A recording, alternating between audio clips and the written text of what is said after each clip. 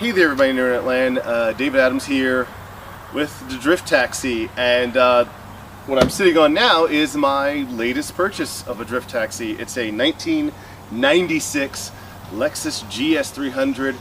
It is a nugget of a car that when everything is all worked out I paid about $475 for after all the maths and travel costs and stuff have been factored in. Getting this thing towed back here, about 475 bucks. So you can't really complain, but this car is a bit of a nugget, and hopefully what we'll be able to do is use this as a backup taxi for the S600 while it's just, you know, out in outer space getting the roll cage and all the other stuff put in. So I think you guys will enjoy seeing this thing get built as much as I will enjoy building it. There will be times when I don't enjoy building it, and there will be times when you do not enjoy seeing this thing get built, but I'll try to keep up with it. I'll try to make sure that everything is is well documented, including, I don't know how well you guys can see it, you probably can't because it's not very well framed, but I put a quart of oil in this thing because the dipstick was bone dry yesterday, and there appears to be a bit of an oil leak. And when I say a bit, I mean I think the entire quart is on the ground underneath this car. So we will have to figure out where that oil leak is coming from. Hopefully it's easy, and that would be fantastic, because if it's not, that's going to be a whole other can of worms. But this car has been an absolute nugget. I got to show you guys something. Hold on. We've been using this car as our parts hauler, which is, you know, kind of funny, I guess. But I had to pull first of all, here is the brake caliper bracket on the passenger side. You can see it's fairly well rusted, and one of the retaining bolts actually snapped right off. That's fun. This was the condition of the wheel studs on the passenger side. So that is actually the best looking of them, and it's still relatively stripped. But these are all, you can see, just like major stripping going on there. Let's see, where is, I don't even see the broken one, but yeah, so 4 were stripped. 4 of them were stripped. So like you can see, this one here, 4 of them were like that. These are actually not, that's why these look so good. I was like, why do these look so good? These are actually the caliper bracket bolts. But yes, so 4 of them were stripped. 1 of them was actually snapped, as you can see, completely in half. So that's fun. But so I went out. I started just, you know, buying stuff for it. I bought a new battery for it. I bought let's see, a new fuel filter, new oil filter. I bought oil. Just the basic stuff. I'm probably going to wind up getting spark plugs and wires, even though the previous owner says they're new. Why not replace them? It's a simple job on this engine, looking at it. I bought a new fuel filter. I put brand new gas in it. Some fuel system treatment just to kind of get things going out of there. I had to buy new MAF because the MAF is shot. But still, even after spending all of that money, I am still well under 800 bucks on this car. So if I can get this car running and driving, like, I mean, running and driving with a welded diff, because the transmission is bad too. The transmission will engage reverse, but it will not engage drive. It's the strangest thing.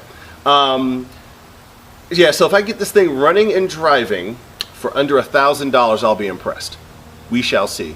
$475 purchase. I think I spent 260 bucks yesterday, and then I spent another 30 bucks today. So that's where we're looking at now. The MAF was another 30 bucks, so that's 60 bucks. We'll see. I don't know. I think it might have to be under $2,000, but right now we're under $1,000 and I've been keeping track of all of it for tax purposes, because this is a business expense, believe it or not. Something that's going to be this fun is an actual business expense. But yeah, I think it's going to work out really well. At least I hope. Please let it work out really well. I did take off. Let's get this closed up. And you can see all the amazing editing we're doing. So yes, these wheels were on it. And these things are not only ugly, but they're small and they're heavy for what they are. So Took them off. Good buddy of mine, Jesse Loam, actually sold these wheels to me. Actually sold me these wheels, so that's not too bad. They're Acura TL, I believe, wheels, and they fit nicely. They make the car look a whole lot better, and yeah, I think that's it. So let's just do a quick tour of the car. I don't want this video to be too long, but let's do a quick tour and see all the not so good bits. So straight away, we can see that. A little bit of rust corrosion here. I think once we're done getting it running and driving and getting it, running the way it's supposed to run. Yeah, I think once we get it running and driving nicely, what we'll wind up doing is actually just going in and painting it. I'm going to strip it, prime it, and probably, we might send it off to get painted, but I would like to do the exact same color that I had on Derpy. Leave the two-tone white and silver in the 90s and go with a nice modern blue. So you can see me and my tripod. But yeah, the car is, the seats are what they are. The driver's seats are always freaking terrible on these cars. The back seat area is not so bad. This will be perfect for taxiing people around. I'll probably wind up doing some sort of harness setup back here. We'll see. I don't know how I'm going to do it yet, but very interesting stuff. Ashtray. Okay, that's neat. I haven't tried sitting behind myself yet because this seat will not adjust. Can't move the seat forward, so I'm going to have to look into that. I'll probably wind up getting that'll probably be one of the first things I do after getting this thing driving is putting a racing bucket in here that's, a little further forward to put me closer to the wheel and to the pedals. So yeah. I did learn that this Nakamichi, there it is. The Nakamichi sound system in here works. All speakers work, and the 12-disc, yes, you heard me, 12-disc CD changer works just fine. So let's pop the hood and show you guys that's not the hood. That is the fuel tank. So you can see the paint is just, totally trash. Before we get under the hood, you can see the paint on this thing is just complete and utter assness. Like they've sat tools. Let's see if I can pull out some here. Oh, not pull out. So they sat tools.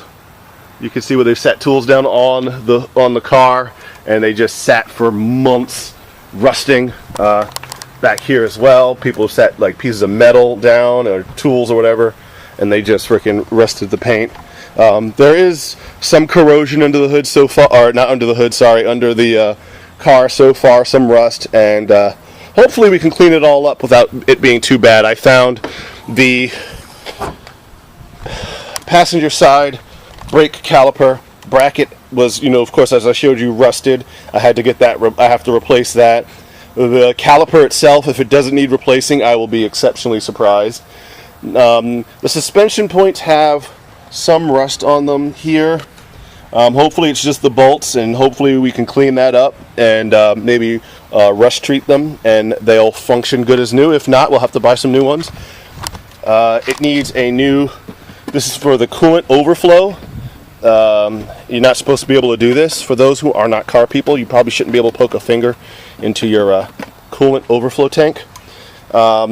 This has this really cheap, janky Spectre MAF on here. Will replace his entire intake system with something else.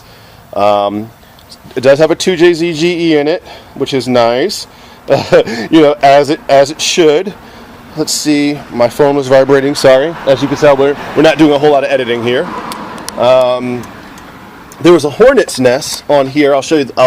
As I'm talking, I'll have like B-roll footage in here of the pictures and stuff I took. But yes, you can see some of the remnants of like the hornet's nest was here.